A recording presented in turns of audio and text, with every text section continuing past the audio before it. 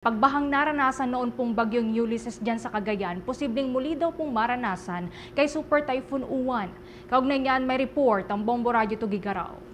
Posibleng muling maranasan sa lalawigan ng Cagayan ang malawakang pagbaha na dulot ng bagyong Ulysses noong 2020 kasunod ng unti-unting pagbaba ng tubig ulan na dala ng Super Typhoon Uwan mula sa upper stream at Sierra Madre. Ayon kay Arnold Azucena ng Task Force Lingkod Cagayan, ang lalawigan ang sumasalo sa lahat ng tubig ulan mula sa Apayao, Kalinga, Mountain Province at kabilang na ang pinapakawalang tubig mula sa tatlong gates ng Magat Dam na umaagos sa Cagayan River. Kasunod nito ay pinaghahanda ang mga luna sa mga nasa low-lying areas na asahan ang patuloy na pag-apaw ng tubig sa Cagayan River.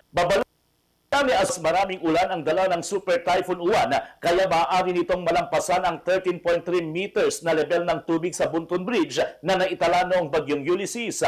Kaugnay nito, inaasang madadagdagan pa ang mahigit 1,000 katao na unang inilikas sa lalawigan kaugnay sa naranasang bugso ng hangin at malakas na buhos ng ulan ng bagyo kagabi. Patuloy namang naka-standby ang 7 istasyon ng Task Force Lingkod Cagayan upang tugunan ang paglikas sa mga maapektuhang residente. Ito po yung tinututukan po natin, malamang po na mas mataas yung idudulot po na pagbaha ni bagyong Uwan, ma'am.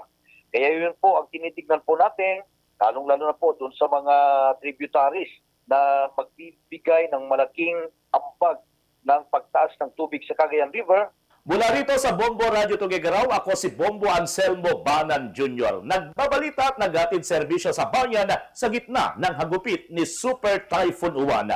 Basta Radio, Bombo! For the most trusted source of news and information, visit our website at www.bomboradio.com. Follow us on Bombo Radio mobile app, Facebook, YouTube, TikTok, and X, formerly Twitter. Like, share, and stay connected. Anytime, anywhere.